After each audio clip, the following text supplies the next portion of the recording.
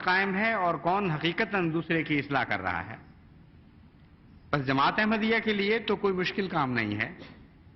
یہ دو کھلی کھلی باتیں دیکھ کر اپنے لیے کون سی راہ آپ نے اختیار کرنی ہے، یہ تو ایک ایسی واضح اور کھلی ہوئی بات ہے کہ اس میں کسی کو بتانے یا کہنے کی بھی کوئی ضرورت نہیں. جب بھی مقابلہ ہوگا آپ کے ہتھیار اور ہوں گے اور آپ کے دشمن کے ہتھیار اور ہوں گے، اور دشمن کے ہتھیاروں کے ساتھ آپ نے ان کا جواب نہیں دینا، بلکہ اپنے آقا و مولا محمد مصطفیٰ صلی اللہ علیہ وآلہ وسلم کے ہتھیاروں کے ساتھ آپ نے دشمن کا جواب دینا ہے. اور وہ ہتھیار سب سے قوی اور سب سے مضبوط اور سب سے زیادہ گہرا اثر کرنے والے ہتھیار دعا ہی کے ہتھیار تھے. بس میں جماعت کو خصوصیت کے ساتھ آج دعاؤں کی طرف توجہ دلاتا ہوں. دیکھیں، جب خطرات پیدا ہوتے ہیں تو لوگ سرحدوں کی حفاظت کیا کرتے ہیں. جب خطرات پیدا ہوتے ہیں تو لوگ فوجوں کو تیار کرنے ہونے کا حکم دیتے ہیں، ان کی چھٹیاں بھی منسوخ کر دیتے ہیں. جب خطرات پیدا ہوتے ہیں تو قومیں توقع رکھتی ہیں کہ اپنے حقوق کو بھی چھوڑ دیں لوگ اور وقت کے لحاظ سے قربانی کریں.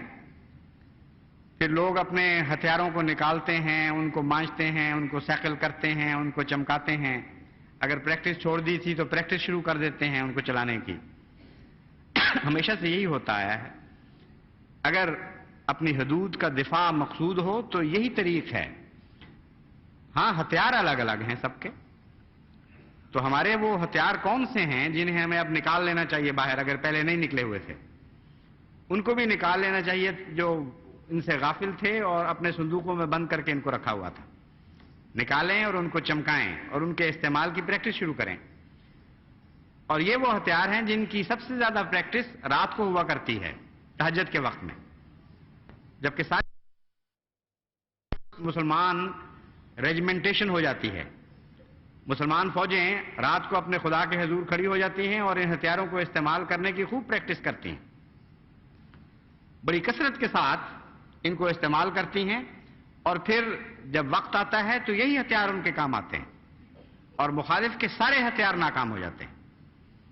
چنانچہ ان ہتھیاروں میں سب سے بڑا اور سب سے اہم ہے اللہ تعالیٰ کی تسبیح اور اللہ کی تحمید کرنا. اب دیکھیں کتنا مزیدار مقابلہ ہوگا ہمارا. ایک طرف سے بڑی گندی گالیاں دی جا رہی ہوں گی اور دوسری طرف سے سبحان اللہ و بحمدہ، سبحان اللہ العظیم کی آوازیں بلند ہو رہی ہوں گی، دن کو بھی اور رات کو بھی. ہر شہر سے جہاں احمدی بستے ہیں، ہر گلی سے جہاں احمدی رہتے ہیں، ہر گھر سے جو احمدیوں سے آباد ہے، ہر گالی کے جواب میں سبحان اللہ و بحمدہ، سبحان اللہ العظیم کی آواز بلند ہو رہی ہوگی. اور پھر حضرت مسیح موعود علیہ الصلوۃ والسلام کو جب وہ گالیاں دیں گے تو آپ کا ہتھیار کیا ہے؟ آپ کہیں گے اللہم صلی علی محمد و آل محمد و بارک وسلم انک حمید مجید. اس کو کہتے ہیں مقابلہ.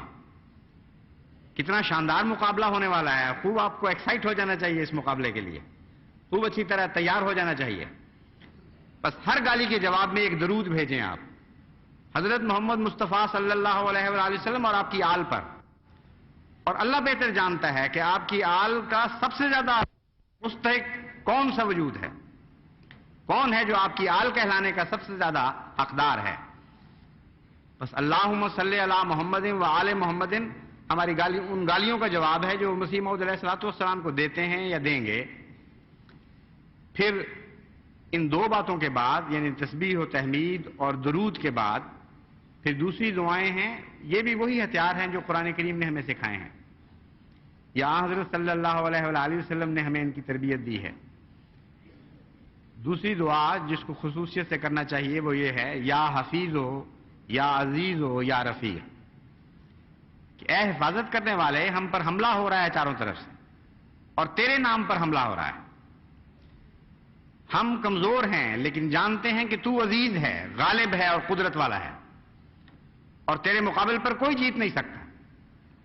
بس اے حفاظت کرنے والے، ہم تجھے پکار رہے ہیں، اور اے غالب مقدرت والے خدا، ہم تجھے پکار رہے ہیں، اور اے رفیق، اے ہمارے دوست اور ہمارے ساتھی، ہم تجھے پکار رہے ہیں. تیرے سوا آج کوئی ہمارا دوست نہیں ہے اور کوئی نہیں ہے جو ان خطرات سے ہمیں بچا سکے. یا حیو یا قیوم، یہ زندگیاں لوٹنے کی تعلیم دے رہے ہیں، مگر ہمارا تو تجھ سے تعلق ہے، اے حی خدا جو ہمیشہ سے زندہ ہے اور ہمیشہ زندہ رہے گا اور جس سے زندگی کے چشمے پھوٹتے ہیں.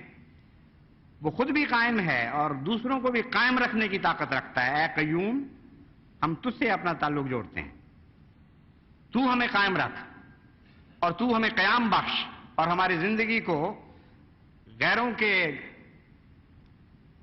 حملے سے بچا، اور وہ اسے جتنا چھوٹا کرنا چاہتے ہیں تو اسے اتنا ہی لمبا کر دے، کیونکہ تیری زندگی تو ہمیشہ کی زندگی ہے۔ بس قومی لحاظ سے ہم جب تجھ سے تعلق جوڑ لیتے ہیں تو ہماری زندگی بھی تیری زندگی جیسی ہو جانی چاہیے۔ جس طرح تجھ پر فنا نہیں، تیرے بندوں پر بھی بحیثیت جماعت کے کبھی فنا نہیں آنی چاہیے۔ برحمتک نستغیث، ہم تیری رحمت کے بھکاری ہیں، ہم تیری رحمت کے حضور فریادی بن کر آئے ہیں۔ نستغیث کا مطلب ہے فریاد کرتے ہیں، تیری دہائی دیتے ہیں۔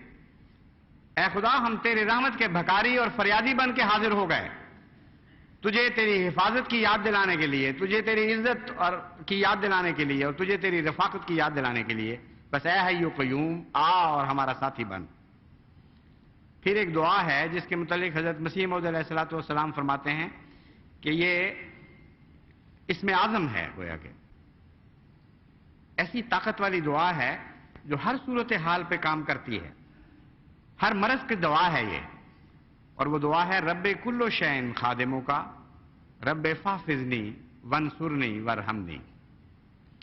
اس کو اگر قومی طور پر کیا جائے تو رب فاحفظنا ونصرنا ورحمنا بھی پڑھا جا سکتا ہے۔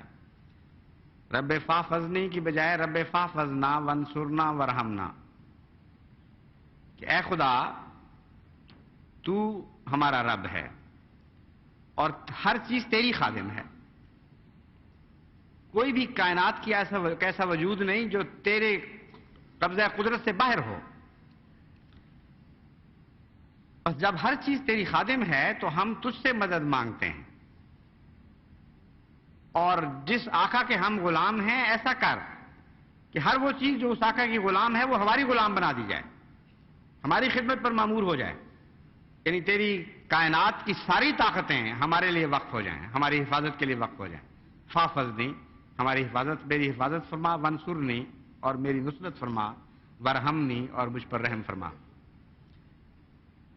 ربنا اغفر لنا ذنوبنا واسرافنا فی امرنا، اے خدا ہمارے گناہ بخش دے، ایسا نہ ہو کہ ہمارے گناہ حائل ہو جائیں ہماری مغفرت کے درمیان اور تیری نصرت کے درمیان۔ ایسا نہ ہو کہ ہم تیری نظر میں حقدار ہی نہ رہے ہوں اس حفاظت اور رفاقت کے جس کے ہم تجھ سے طلبگار ہیں۔ ربنا اغفر لنا ذنوبنا، آج تو خطروں کے دن ہیں، آج تو بخششوں کے دن ہیں، آج تو صرف نظر کے دن ہیں۔ جو کچھ ہو رہا ہے تیرے نام پر ہو رہا ہے اور تیری وجہ سے ہو رہا ہے، اس لیے ہمارے گناہوں کو آج بھول دے، آج ہمارے گناہوں پر نظر کرنے کے دن نہیں ہیں۔ وَإِسْرَافَنَا فِي أَمْرِنَا، ہم نے بہت زیادتیاں کی ہیں اپنی جانوں پر، ایسے کام کیے ہیں جس سے جانیں ہلاک ہو جایا کرتی، مگر آج ان باتوں کا بھی دن نہیں کہ ان چیزوں کو گنا جائے۔ آج تو یہ دن ہے کہ ثبت اقدامنا، ہمارے قدموں کو ثبات بخش، ایسی قوت عطا فرما کہ یہ پیچھے ہٹنے کا نام نہ جانے۔ ونصرنا، اور ہمیں غلبہ عطا فرما، علی القوم الکافرین، ان لوگوں پر جو تیرے پیغام کے منکر ہیں۔ پھر یہ دعا کریں اللہم انا نجلک فی نحورہم ونعوذ بک من شرورہم، اے ہمارے خدا، اے ہمارے رب، اے اللہ، انا نجلک فی نحورہم، ان کے سینوں میں ہم تو کوئی روب داخل نہیں کر سکتے، لیکن تجھے رکھتے ہیں ان کے سینوں میں، تو ہر سینے میں داخل ہونے کی طاقت رکھتا ہے، تو قوت اور شان اور ہیبت کے ساتھ ان کے سینوں میں اتر اور وہی کرنے پر مجبور کر جو تو چاہتا ہے۔ وَنَعُوذُ بِكَ مِن شُرُورِهِمْ، اور ان کے سینوں سے جو ارادے بد اعمال بن کر پھوٹیں گے اور شر بن کر ہم پر پڑنے والے ہیں، ان شرور سے ہم تیری حفاظت میں آتے ہیں، یعنی شر کے مبدا پر بھی پکڑ لے ان کو، اور شر جن پر پڑنے والا ہے ان کے در اور ان کے درمیان بھی حائل ہو جا۔ کیسی کامل دعا ہے، یعنی شر پہلے سینوں سے پھوٹا کرتا ہے، وہاں جنم لیتا ہے۔ تو اللہ تعالیٰ نے ہمیں سکھایا کہ یہ دعا کیا کرو، انا نجلو کا فی نحورہم، اے خدا وہاں سے پکڑ جہاں سے شر پھوٹ رہا ہے، جہاں جنم لے رہا ہے. اگر ان سینوں میں تو داخل ہو گیا تو شر رحمت میں تبدیل ہو جائے گا، شر کا باقی کچھ نہیں رہے گا. اس لیے جن سینوں میں خدا داخل ہو جائے وہاں سے توفیق ہی نہیں مل سکتی شر کو کہ وہاں سے نکلے اور دنیا میں فساد برپا کرے. اور اگر کچھ بدبخت ایسے ہوں جن کے سینے تیرے لیے بند ہیں، یعنی خدا زبردستی چاہے تو ہر سینے میں جا سکتا ہے، لیکن اس نے بھی ایک اپنا قانون مقرر فرمایا ہوا ہے کہ بعض سینے جو بدبختی میں حد سے بڑھ جاتے ہیں ان میں خدا نہیں اترا کرتا. تو ایسی صورت میں پھر ہمارے ان شروں کے درمیان حائل ہو جا جو ان سینوں سے پھوٹ کر پھر بد اعمال میں تبدیل ہو جایا کرتے ہیں. اور پھر یہ دعا کریں کہ ربنا لا تزغ قلوبنا بعد اذ ہدیتنا، اے خدا ہم تجھ سے یہ کہتے ہیں کہ غیروں کے سینوں میں اتر جا اور ان کی اصلاح فرما دے. تو کیسے ہو سکتا ہے ہم اپنے دلوں اور اپنے سینوں کو بھول جائیں؟ اے خدا لا تزغ قلوبنا، اے ہمارے رب یہ نہ ہو کہ ہم غیروں کی اصلاح کی فکر میں ہوں اور ہمارے دل بگڑ جائیں. ہمارے دلوں کو کسی حال میں نہیں بگڑنے دینا. بعد اذ ہدیتنا، اس واقعہ کے بعد کہ تو نے محض اپنے فضل سے ہمیں ہدایت عطا فرما دی ہے.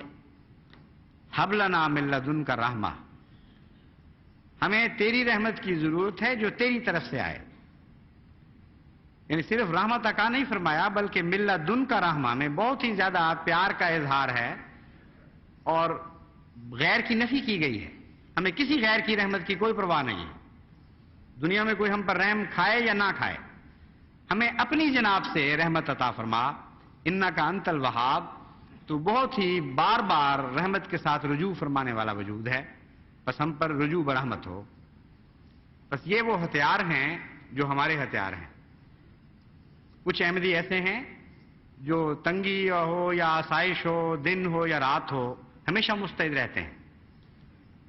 امن کی حالت میں بھی وہ راتوں کو اٹھتے ہیں اور دعائیں کرتے ہیں، اور ان کی یہ عادت ان کی فطرت ثانیہ بن چکی ہے.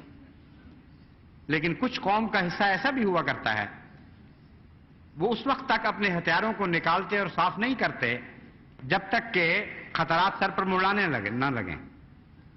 بس آج ایسا وقت ہے جماعت پر کہ ہر مرد و زن، ہر بوڑھے اور بچے کو اپنے ہتھیاروں کو اٹھا لینا چاہیے اور صاف کرنا چاہیے اور چمکانا چاہیے. اور جیسا کہ وقت خدا نے ہمیں عطا فرمایا ہے 5 نمازوں کے علاوہ خصوصیت کے ساتھ، راتوں کو تہجد میں اٹھ کر ان ہتھیاروں کو استعمال کریں. اور میں آپ کو یقین دلاتا ہوں کہ کوئی دنیا کی طاقت نہیں ہے جو ان ہتھیاروں کا مقابلہ کر سکے. حضرت مسیح موعود علیہ الصلوۃ والسلام کے الفاظ پر میں اس خطبے کو ختم کرتا ہوں. سب سے پہلے تو آپ فرماتے ہیں کہ میرا مقصد کیا ہے، یعنی جماعت کو متوجہ کرتے ہیں کہ اس مقصد کو کبھی نہ بھلانا. وہ کام جس کے لیے خدا نے مجھے مامور فرمایا ہے وہ یہ ہے کہ خدا اور اس کی مخلوق کے رشتہ میں جو کدورت واقع ہو گئی ہے اسے دور کر اور اخلاص کے تعلق کو دوبارہ قائم کرو.